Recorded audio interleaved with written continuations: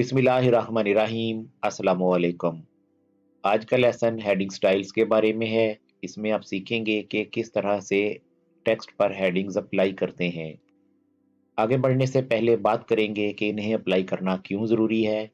जब हम longer document create करते हैं जैसा कि आर्टिकल्स, असाइनमेंट्स या रिसर्च पेपर्स वगैरह, तो हमें टेक्स्ट को प्रॉपरली स्ट्रक्चर्ड वे में शो करवाने के लिए हेडिंग्स को यूज़ करना होता है। इन हेडिंग्स की मदद से एक तो रीडर को बआसानी आइडिया होता है कि कौन सा टेक्स्ट किस से रिलेट करता है और कौन सा मेन पॉइंट है और कौन सा सब पॉइंट है। इसके अलावा हेडिंग स्टाइल्स अप्लाई करने के और भी बेनिफिट्स हैं जिन्हें हम आने वाले एडवांस लेसन्स में सीखेंगे। तो आइए चलते हैं अब वर्ड पर और इन्हें अप्लाई करना सीखते हैं। यहाँ पर वर्ड में मैंने एक सैम्पल टेक्स्ट क्रिएट कर रखा है जिस पर अब हम हेडिंग्स अप्लाई करना सीखेंगे। हेडिंग्स के भी 9 लेवल होते हैं जिस तरह से मल्टी लेवल लिस्ट के लेसन में आपने सीखा। अब हम फर्स्ट हेडिंग लेवल अप्लाई करेंगे। Introduction, input and output devices. Input and output devices, ये हमारा मेन टॉपिक है, तो इस पर हम हेडिंग 1 अप्लाई करेंगे। इसे सेलेक्ट कर लेते हैं। Selected, input and output. अब हेडिंग 1 अप्लाई करने के लिए एक शॉर्टकट जो हमने लास्ट लेसन में भी सीखा था, alt shift right and left arrow use करते हैं। Input and output devices. Input and output devices heading level 1.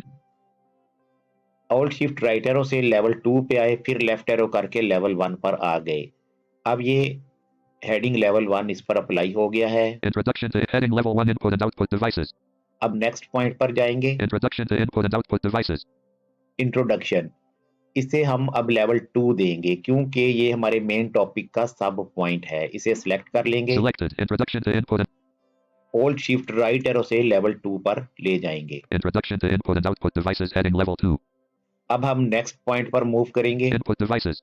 Input devices, इसे लेवल 2 करेंगे क्योंकि ये भी हमारे मेन टॉपिक के अंडर है।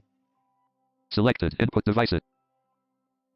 लेवल्स चेंज करने के लिए एक कमांड जो alt shift right and left arrow हम यूज कर रहे हैं, इसके अलावा हेडिंग्स के फर्स्ट 3 लेवल्स के लिए शॉर्टकट कमांड्स भी यूज कर सकते हैं। यहाँ पर हम लेवल 2 अप्लाई करेंगे तो ऑल्ट कंट्रोल 2 प्रेस कर देंगे। Alt control 2. ये लेवल 2 की शॉर्टकट कमांड है। नेक्स्ट पॉइंट पर जाएंगे। Keyboard. कीबोर्ड, ये फर्स्ट इनपुट डिवाइस है जो कि इनपुट डिवाइस की हेडिंग के अंडर आएगी। इनपुट डिवाइस चूंकि लेवल 2 पे हमने सेट की है तो इसका लेवल 3 होना चाहिए। सिलेक्ट करेंगे। Selected, keyboard. अब ऑल्ट शिफ्ट राइट एरो से लेवल 3 पर ले जाएं या फिर ऑल्ट कंट्रोल 3 प्रेस कर दें। Alt control 3. अब इसको लेवल 3 अप्लाई हो गया। Some common heading level 3 keyboard. The keyboard is a primary mouse.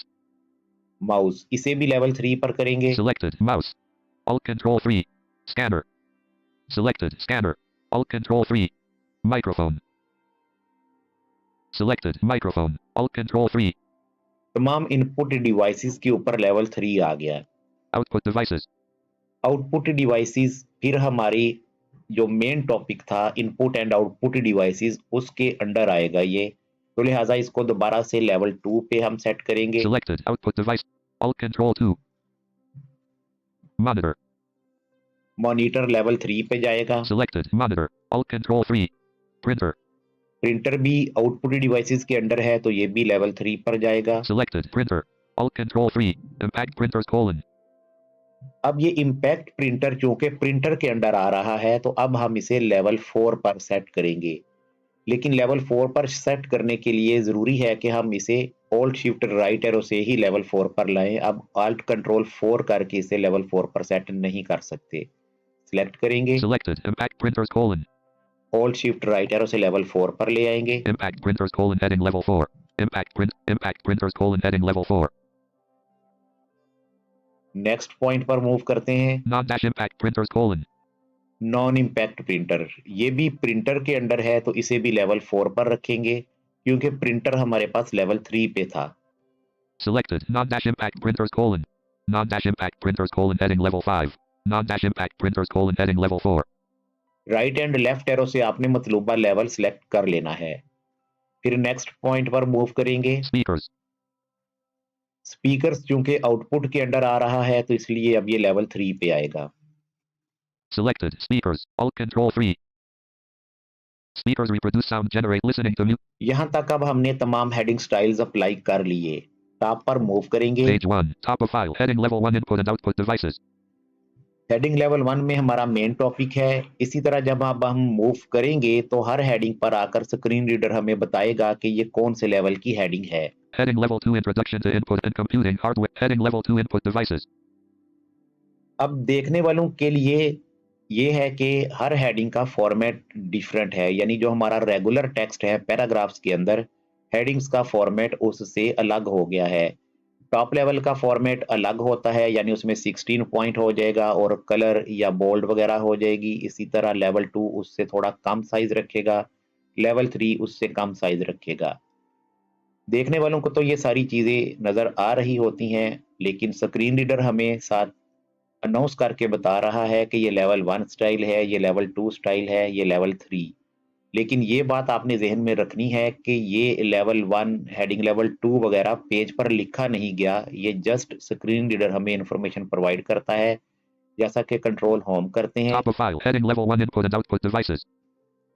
ये हमारा मेन टॉपिक है जिसके साथ जाज ने अनाउंस किया हेडिंग लेवल 1, लेकिन ये हेडिंग लेवल 1 यहाँ लिखा नहीं हुआ, सिर्फ जाज अनाउंस करके हमें बता रहा है ताकि एक स्क्रीन रीडर यूजर जो स्क्रीन पर नहीं देख रहा, उसे भी पता चल जाए कि यहाँ पर हेडिंग 1 स्टाइल है।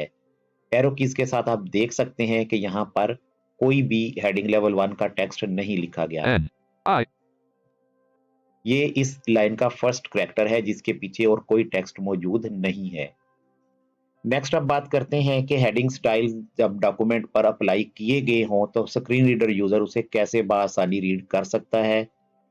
आपने इंसर्ट F6 को यूज करना है जिससे हेडिंग्स लिस्ट आ जाएगी। ये जास की कमांड है। इंसर्ट F6 प्रेस करते हैं। heading list dialog. Headings list view input and output devices (1 of 13).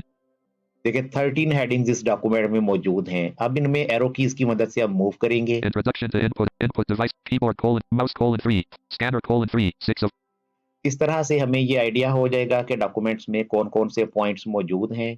microphone 3 7 output devices 2 8 of 13. जिस पॉइंट पर मूव करना हो उस पर लाकर एंटर कर देंगे। Enter heading level 2 output devices input and output devices docs. अब देखिए कर्सर यहाँ पर आ चुका है। Output devices present process data and information from the computer system to users. Heading level 2 output device. एक तो ये मेथड है। दूसरा मेथड ये है कि आप इंसर्ट Z करके क्विक कीज को ऑन कर लें। इंसर्ट Z करते हैं। Quick keys on. अब हेडिंग वाली कमांड जो H है उसकी मदद से मूव करेंगे नेक्स्ट हेडिंग्स पर। Heading 3 monitor. Heading 3 printer. Heading 4 impact printers और शिफ्ट H के साथ प्रीवियस हेडिंग पर। Heading 3 printer. Heading 3 monitor. जिस हेडिंग के टेक्स्ट को रीड करना है वहां आगे डाउन एरो करके हम उसे रीड कर लेंगे। क्विक कीज को ऑफ करने के लिए दोबारा इंसर्ट Z प्रेस करेंगे। Quick keys off. इस तरह से आपने डॉक्यूमेंट के अंदर हेडिंग स्टाइल्स को यूज करना है, लेकिन ये बात याद रखनी है कि heading level 1, heading level 2 just जाज अनाउंस करेगा, वो डॉक्यूमेंट में लिखा नहीं जाएगा।